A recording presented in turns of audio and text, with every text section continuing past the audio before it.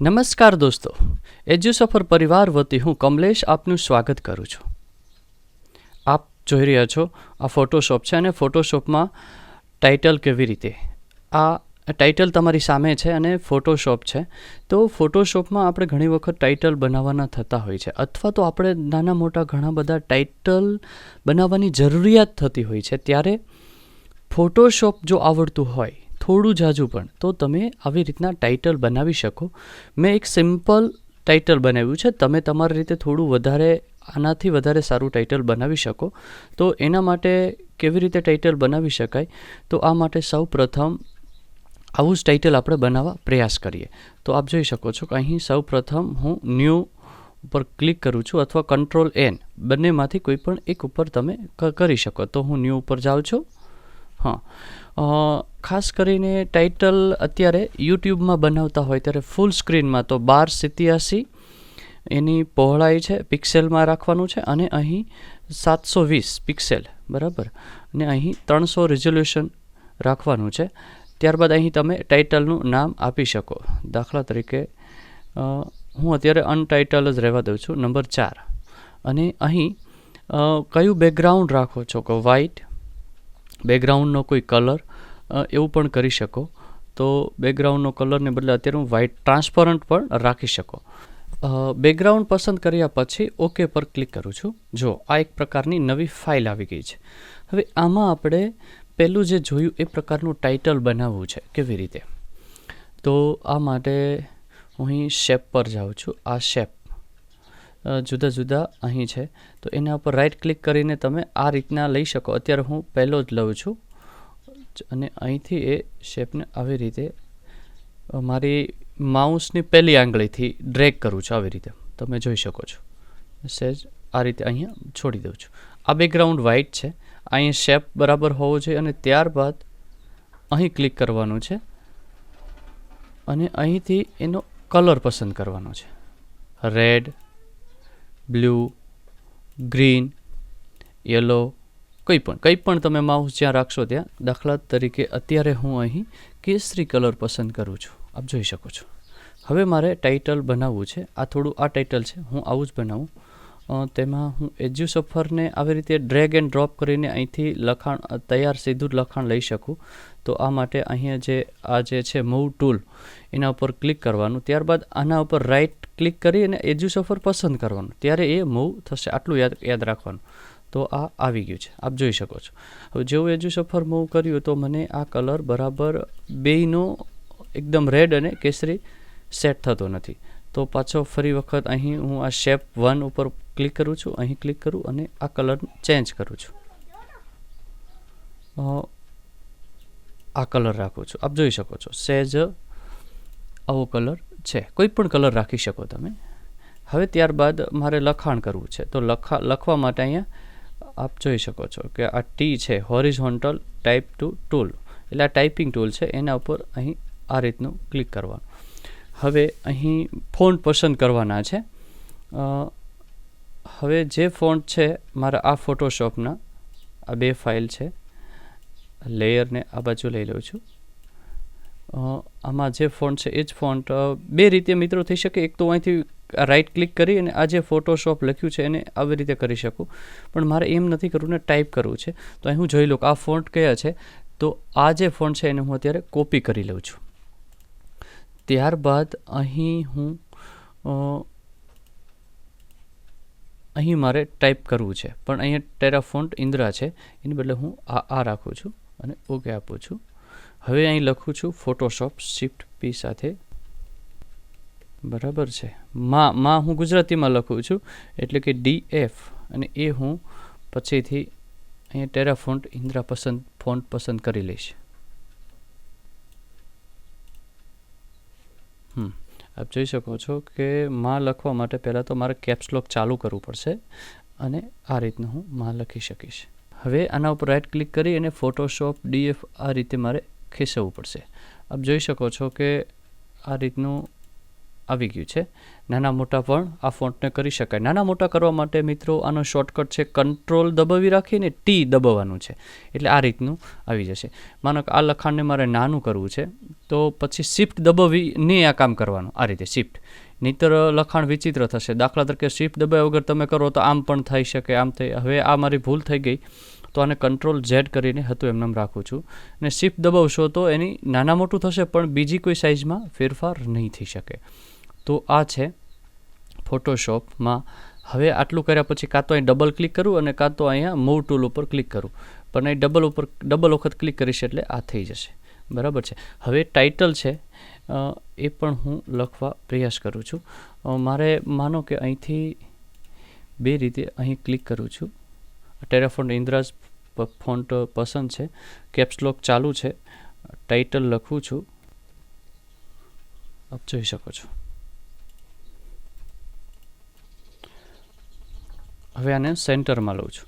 હવે જે મિત્રો જે મને મૂવ કરવું હોય ફોટોશોપ, તો એના ઉપર રાઇટ ક્લિક કરીને એ લખાણ પસંદ કરવાનું. અત્યારે હું આ મારે ટાઇટલ ખેંચવું છે, તો જો 8 આ રીતનું જે ટાઇટલ છે એના ફોન્ટ ઇંગ્લિશમાં બતાવે છે, તો હવે આ મૂવ થશે. પણ આ ટાઇટલને મોટું કરવું છે તો અહીં કંટ્રોલ ટી દબાવું છું અને ત્યારબાદ શિફ્ટ દબાવીને આ રીતે હું સહેજ બે બાજુથી આવી રીતે ટાઇટલ મોટું કરું છું.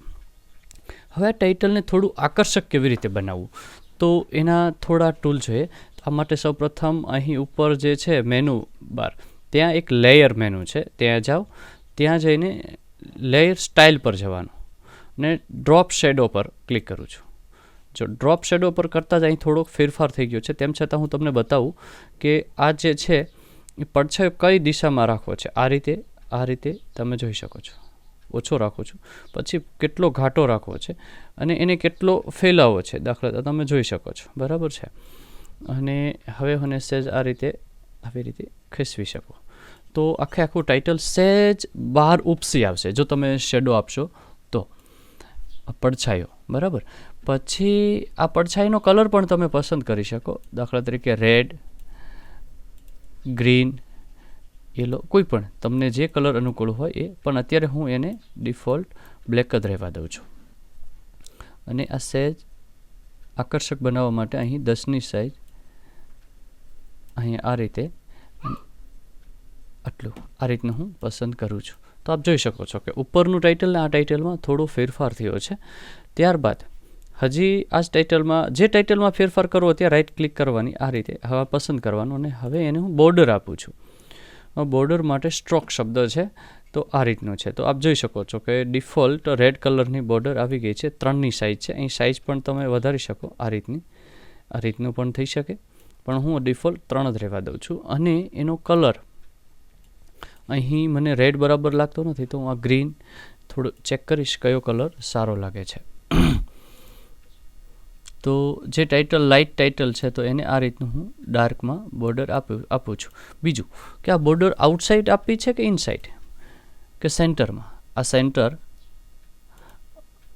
ઇનસાઇડ અને આઉટસાઇડ કોઈ પણ રીતે તમે આપી શકો. અત્યારે મને ઇનસાઇડ બરાબર લાગે છે તો ઇનસાઇડ આપું છું. બરાબર છે. લ્યો, આ થઈ ગયું ટાઇટલ. ત્યારબાદ આપણે હવે એ જ રીતે ફોટોશોપમાં કરીએ. આ જે ફોટોશોપ લખાણ છે એમાં, તો એમાં પણ આ જ રીતે ડ્રોપ શોપ અને સ્ટ્રોકથી કરી શકાય.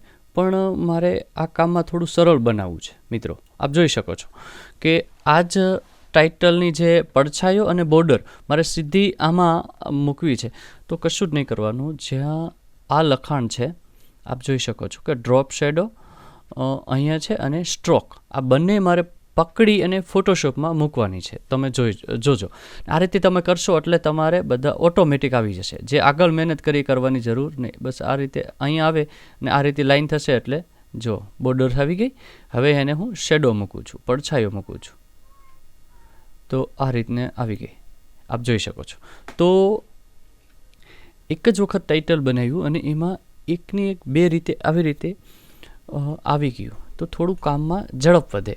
આ રીતે કરી શકો. પણ હવે જોઈ શકો છો જો લખાણ નાનું હોય તો બોર્ડર નાની હોવી જોઈએ અને લખાણ મોટું હોય તો બોર્ડર મોટી હોવી છે. પોલી હોય તો ચાલે. આ ફોટોશોપમાં થોડું તમને અજુગતું લાગશે તો એના ઉપર રાઇટ ક્લિક કરીને મારે બોર્ડર ઘટાડવી પડશે. તો આના માટે સ્ટ્રોકમાં જઈ અને અહીં હું બેની સાઇઝ કરું છું. આપ જોઈ શકો છો.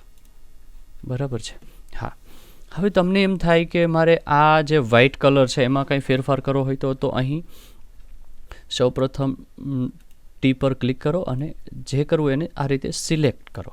હવે આનો ફોન્ટનો કલર બદલવા માટે ઉપર જે છે આ રીતે તમે બદલી શકો. દાખલા તરીકે મારે યલો કલર રાખવો છે તો આપ જોઈ શકો છો. હવે એ જ રીતે મારે ફોટોશોપમાં જે લખાણ છે એનો મારે કલર બીજો બદલવો છે તો એ પણ હું બદલી શકું. દાખલા તરીકે મારે ગ્રીન કરવું છે અને મને આમાંથી આ ફોટોમાંથી કોઈ કલર ગમે છે તો ત્યાં માઉસ આવી રીતે લઈ જવાનું અને ત્યાં ક્લિક કરવાનું. આપ જોઈ શકશો કે હમણાં એ ફેરફાર થઈ જશે. ગ્રીન થઈ ગયું. મને રેડ કરવું છે તો આ રેડ. જે જગ્યાએ તમે માઉસ આટલા એરિયામાં આ કલર કરશો તો આ રીતે એ રીતે તમારી પાસે દાખલા તરીકે કોઈ બીજી ફાઇલ છે, આ ફાઇલ છે અને તમારે આમાંથી કોઈ કલર પસંદ કરવો છે તો પણ કરી શકો. આ માટે સૌપ્રથમ અહીં કલર પસંદ કરો. ત્યારબાદ તમારે કેવો કલર જોઈએ છે તો ત્યાં બીજી ફાઇલમાંથી તમે કલર પસંદ કરી શકો. બ્લેક તો અહીં ક્લિક કરીશ તો એ પ્રકારનું પરફેક્ટ, અહીં ક્લિક કરીશ તો એવો કલર આવશે, તમે જોઈ શકો છો. તો આ રીતનો આવી ગયો છે. હા, હવે જો આ રીતનો કલર મેં પસંદ કર્યો હોય તો મારી બોર્ડર મારે બદલાવી પડે. બરાબર છે, પણ મને આ કલર બરાબર લાગતો નથી તો હું કલર ફેરવી નાખું છું. કેમ કે એકદમ પહેલું છે તો હું અહીંથી આના પર ક્લિક કરીશ તો એવો કલર આવશે, આપ જોઈ શકો છો. બરાબર છે. તો આ રીતનું આપણે ટાઇટલ બનાવી શકીએ ફોટોશોપમાં. બિલકુલ સિમ્પલ અને સરળ છે અને આ રીતને એને સહેજ આડોળું તમે સેટિંગ પણ કરી શકો. હા મિત્રો, તો વાત એમ હતી કે ફોટોશોપમાં ટાઇટલ કેવી રીતે. તો આ રીતનું એક ટાઇટલ છે. હવે હું આ ટાઇટલને થોડું વધારે આકર્ષક બનાવવા પ્રયાસ કરું છું કે જેથી કરીને અને હું વ્હાઇટ જ રાખું છું. હું આ ફોટોશોપ લખ્યું છે એને પણ હું વ્હાઇટ કરી નાખું છું.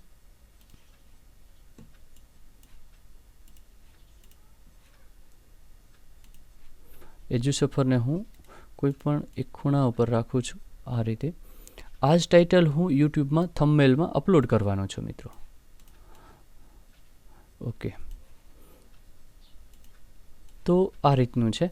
હવે મને આ બેકગ્રાઉન્ડ આ જે છે આના જેટલું મારે જોઈએ છે તો એના માટે હું સૌપ્રથમ અહીં આ ફાઇલ પસંદ કરું છું. એના ઉપર રાઇટ ક્લિક કરીને શેપ 1 અને અહીં ક્લિક કરું છું. આ કલર છે એને હું અહીં આપીશ એટલે મને એનો પરફેક્ટ કલર મળી જશે. ત્યારબાદ આપ જોઈ શકો છો કે એને હું આ બોર્ડર મારે ચેન્જ કરવી છે તો એને હું બ્લેક કલર આપી દઉં છું, એકદમ કાળો. અને આ રીતનું હવે હું ટાઇટલ જે લખ્યું છે એનો કલર પણ આવી રીતે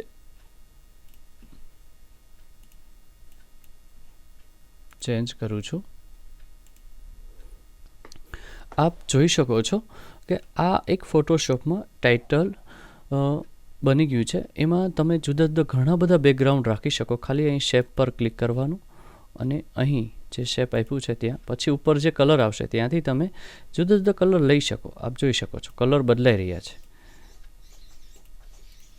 તમને જે ઈચ્છા પડે એ તમારે મનગમતો તમે કલર પસંદ કરી શકો.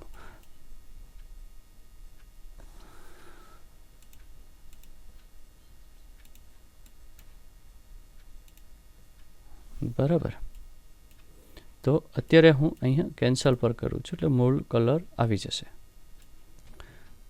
મિત્રો, આ વિડીયો જરૂર આપને ગમ્યો હશે તો અમારી યુટ્યુબ જે ચેનલ છે એને લાઈક કરશો અને આ વિડીયોને આપના મિત્રો સુધી પહોંચાડવા માટે એક શેર બટન છે એના પર પણ ક્લિક કરશો.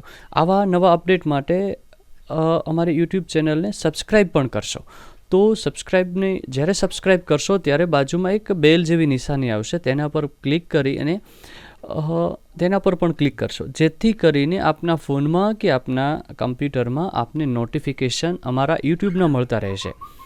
તો મિત્રો, આ વિડીયો જોવા બદલ આપનો ખૂબ ખૂબ આભાર.